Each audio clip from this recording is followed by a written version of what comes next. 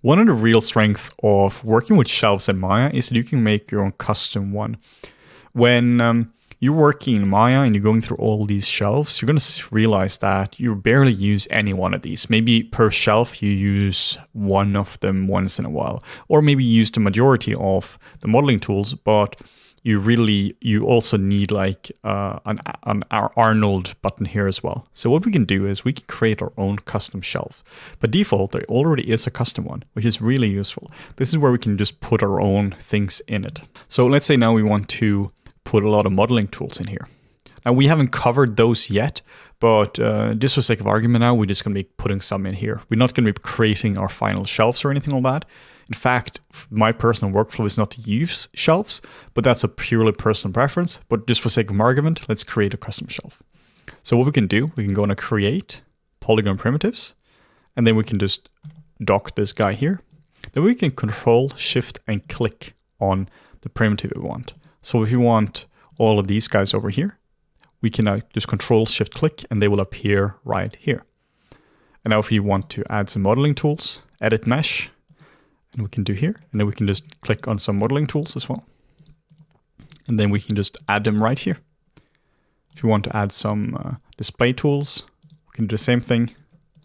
And you can really just add whatever it is you want to. So now if you want to quickly make a sphere, you click here to have a sphere.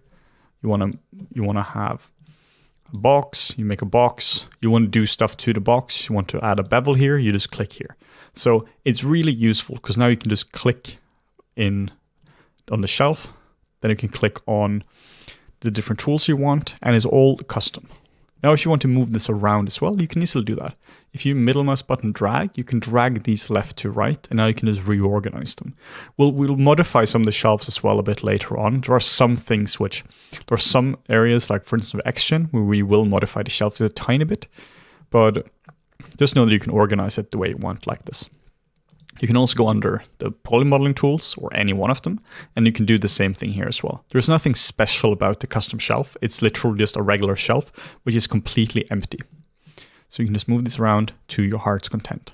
So if you do prefer to use shelves, then I really recommend that you customize your shelf like this. You can also go here as well, click on a little cog icon, and this is where you can create a new shelf. So you can, for instance, call this modeling custom. So if you want to have, for instance, have your own custom modeling shelf, you can do that, and you get it all the way over here as well.